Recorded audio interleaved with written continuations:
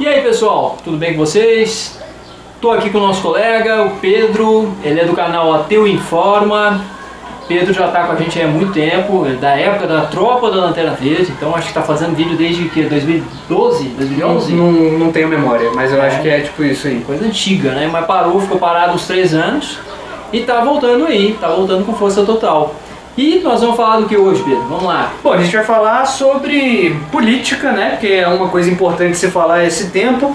E discutir especialmente a questão do Bolsonaro, que ele nem assumiu ainda e o pessoal já está reclamando, a gente está reclamando antes do cara ter assumido.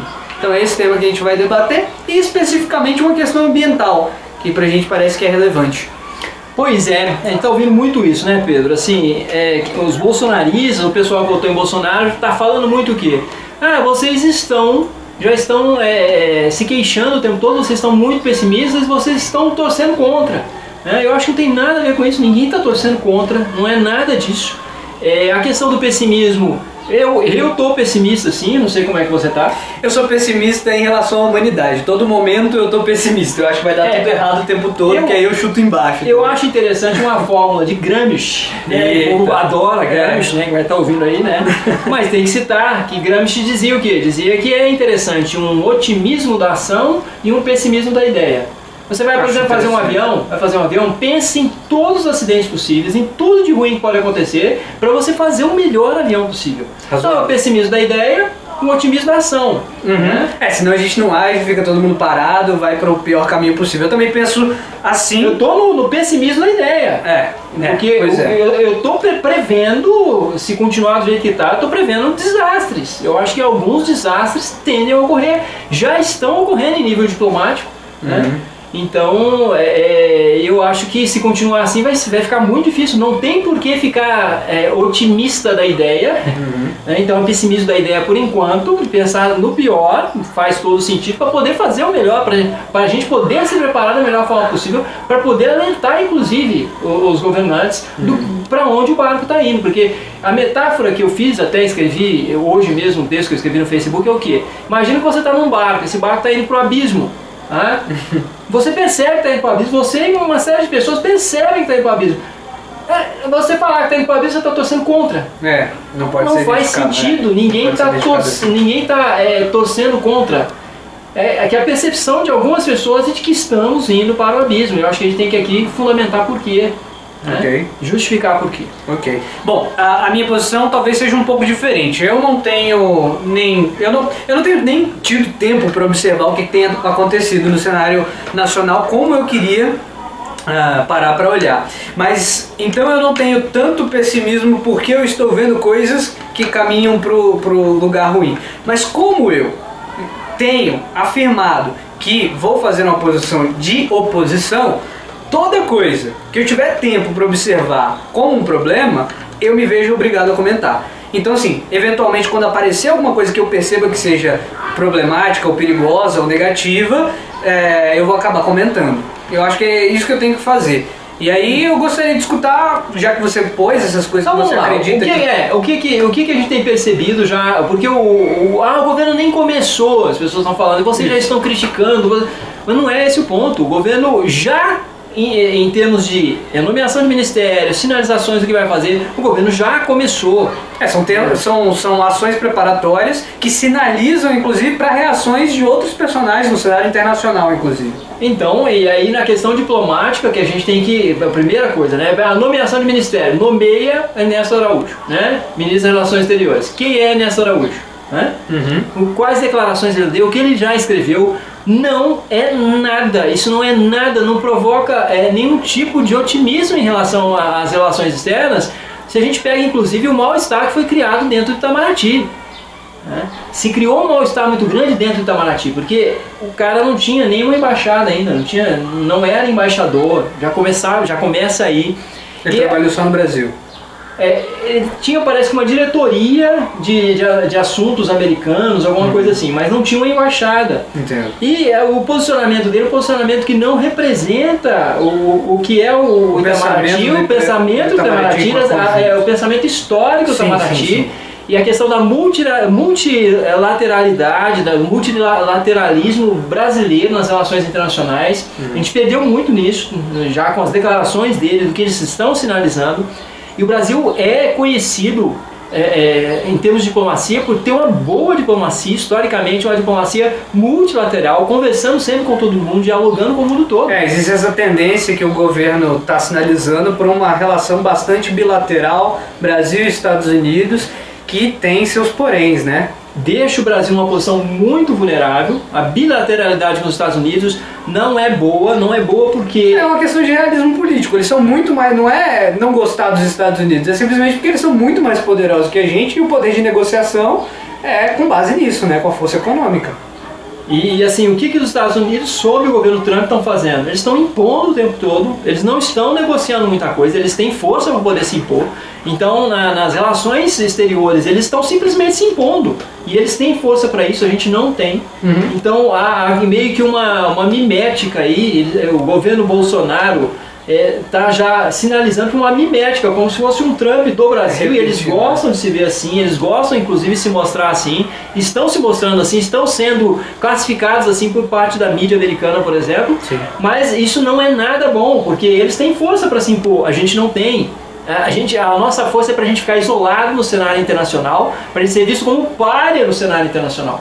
Eu sei que economicamente a gente tem alguma relação de competição, né, com a produção americana, sobretudo na agropecuária. Então eu vejo de maneira estranha se, quer dizer, eu não sei se mas se estiver caminhando para esse lado, de uma relação mais vocacionada a esse bilateralismo e o abandono de umas relações mais complexas, isso vai ser problemático para a agricultura do país. Concorda? Sim. É problemático para o agronegócio, mas tem algo no agronegócio que é muito mais preocupante atualmente, que é a questão ambiental. E que eu acho que é preocupante, e o mais preocupante é a questão ambiental, porque é a própria sobrevivência da espécie. É a própria sobrevivência da nossa espécie, né? Não é a sobrevivência das espécies animais, da biodiversidade fora, como se os seres humanos estivessem fora disso.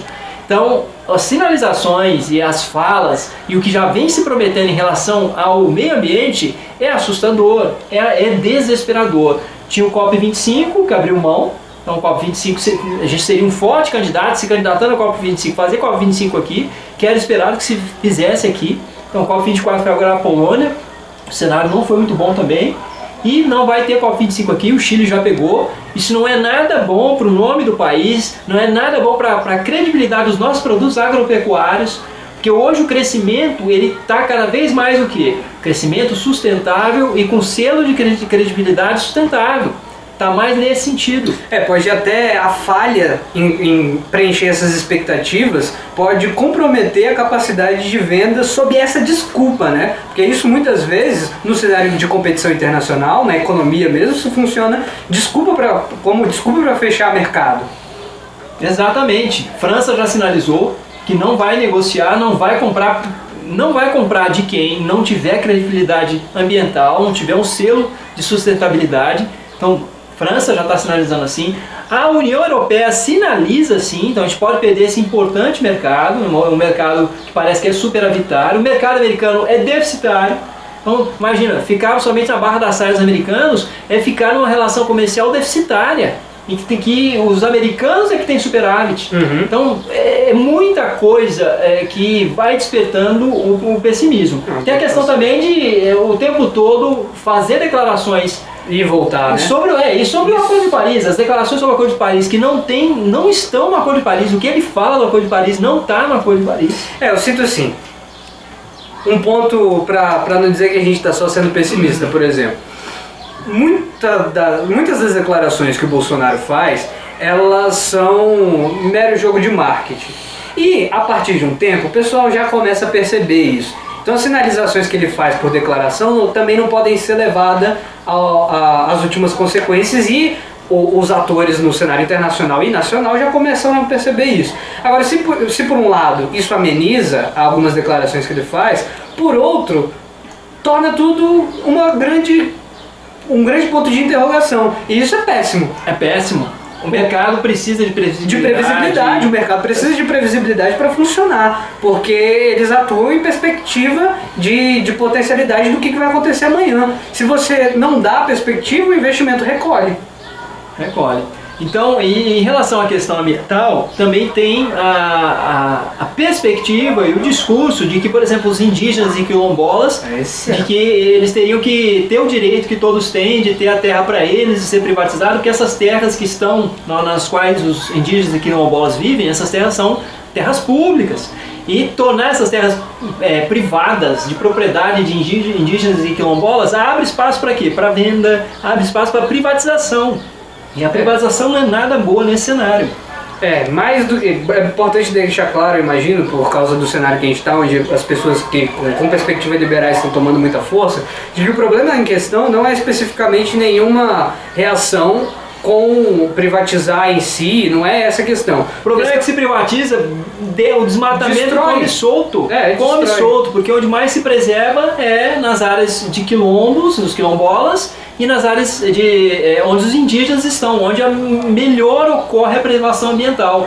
E a gente não pode hoje brincar com a questão do desmatamento na Amazônia, porque ela está chegando no limite de 20% a 25% de área desmatada, e esse limite, segundo os dados consolidados, as pesquisas consolidadas, é de que esse limite pode ser irreversível. Avançar além disso pode se tornar irreversível. Pode provocar desertificação. Pode provocar secas no restante do Brasil, falta d'água, que a gente já está sofrendo com isso pode piorar muito mais, e intensificar o aquecimento global também, a mudança climática. Entendo. Então, o que a gente está vivendo hoje é que o desmatamento tinha que ter como meta zero de desmatamento, ou então reflorestamento. E nós temos 12 anos, segundo o IPCC, para correr atrás para mitigar os efeitos do aquecimento global. Então eu acho que ponderar essas coisas é papel de oposição, faz parte no jogo democrático. Quer dizer, você vai ter a situação para pôr as desculpas ou as explicações para um certo tipo de atitude, e a gente está aqui para tentar alertar eventualmente. Eu digo não eu e o Adriano, todo mundo que se sentir nessa posição de oposição tem que falar, tem que demonstrar algumas preocupações, e aí às vezes o lado de lá não percebeu algumas coisas e pode até enxergar alguma coisa para a gente caminhar todo mundo para um lugar pelo menos o menos pior possível, ou melhor, eventualmente. Faltou também a gente falar do que a declaração de mudança da capital, da embaixada, de Tel Aviv para Jerusalém. Eu acho que vou deixar para você falar, que eu estou até ficando sem voz, devido ao meu problema aqui de tosse crônica. É preocupante, é um tiro no pé à toa, é uma coisa que só serve para fazer propaganda para o partido dele, a função que ele tem de mostrar que representa uma direita alinhada com os Estados Unidos, alinhada com Israel, e pragmaticamente para o Brasil é só um tiro no pé, é só abrir espaço para uma discussão que não vai gerar nada de benefício real para o Estado brasileiro. Risco de retaliação dos países árabes, risco de perder bilhões de dólares, porque a nossa balança comercial com os países árabes ela é superavitária, e risco também até dos atentados islâmicos aqui, rapaz.